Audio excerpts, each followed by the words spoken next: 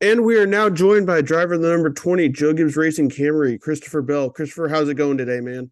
I'm doing good, man. Very excited to be where I'm at. Driving race cars for a living and the number 20 DeWalt Camrys. Life's pretty good. But speaking of that, man, you've had some really good speed lately. What happened in the Coke 600 just the other day? I'm sure that one hurt a little bit. Yeah, that one was disappointing. Or I felt like I had everything I needed to contend for the win, and we had some unfortunate circumstances take us out. We had a penalty under the red flag that sent us to the back, and then obviously I spun out once, I hit the wall once, and I got caught up in a wreck. So it just wasn't meant to be. But we definitely have the speed to show for it, and hopefully we can carry that into some races moving forward. You've had the speed all year, quite frankly, but you're a dirt guy. What did it mean to you to win the Bristol Dirt Race earlier this year? Now that it's kind of sunk in a little bit. Yeah, that was good. It had been 3 years now, or the previous 2 years, a dirt guy hadn't won, so that was pretty unfortunate. But I'm glad that I was able to um, get one for the team of dirt racers out there, and I thought it was a great race. We had a bunch of passing going on, a bunch of guys coming through the field. We saw a lot of guys spinning out and wrecks, and it was a fun race, that's for sure.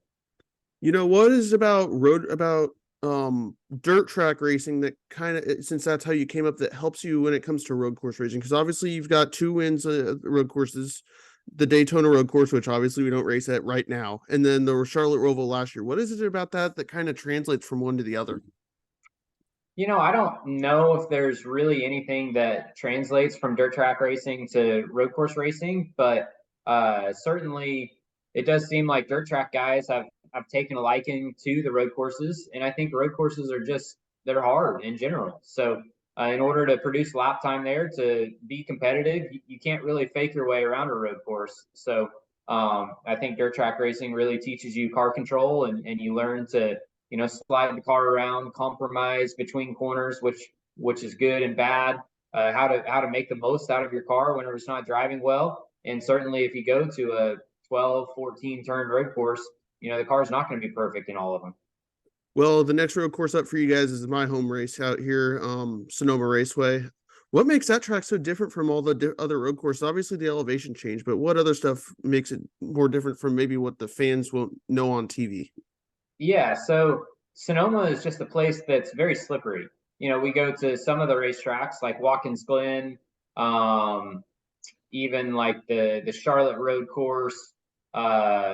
Daytona Road Course was a little bit slippery, but Sonoma is the slickest track that we go to as far as road courses go. So you're constantly just sliding the car around, and with the elevation changes, it really makes the car loosen spots, tighten spots. There's a lot of blind corners, so it's just very unique in a place that there's nothing else out there that can prepare you for it, and it takes time to get good there. You see the guys that have experience on that racetrack are the ones that shine, and it typically takes guys a couple of years before they can get it figured out and get going good there.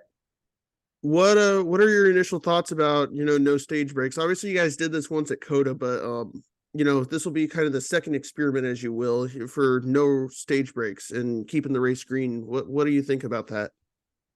Yeah, I think it's cool because it opens up the strategy a lot. With stage breaks at road courses, the lap time is so long that you were able to hit pit road and pit before the yellow flag came out for the stage breaks. And what happened is you kind of there became two races within the race. You either were going to commit to get stage points, or you were going to commit to try and win the race at the end of the race. And that's not the way it should be. The fast cars should be the cars that are earning the stage points. And eliminating those yellow flags really added another element of strategy to the races. So, and it definitely added another physical element because we know that we have to go the distance if there's no yellow flags. Gotcha. And then obviously, I was at the LA Clash earlier this year. There's been a lot of talk with no auto club. What do you think they should do to fill that void with auto club in the second race of the season? I've heard Sonoma, I've heard, all this different type of stuff, North Wilkesboro possibly. Like, what do you think we should do to fill that void? I think that we should add another venue to the racetrack to the race schedule. whether that's a short track or, another road course. I don't really care as long as it's a different venue that hasn't been on the schedule in the past. Interesting. And what you probably weren't alive when they last raced at North Wilkesboro. What how fun was that for you to get out there and race at that historic track?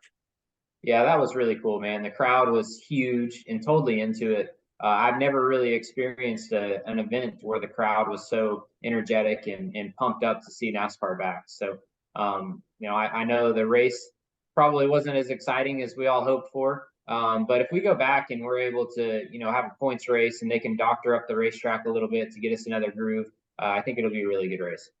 Now, another dirt question for you is obviously, what skills do you learn in dirt track racing that help you work your way up into the NASCAR ranks? Because obviously that I've got local short tracks all over the place.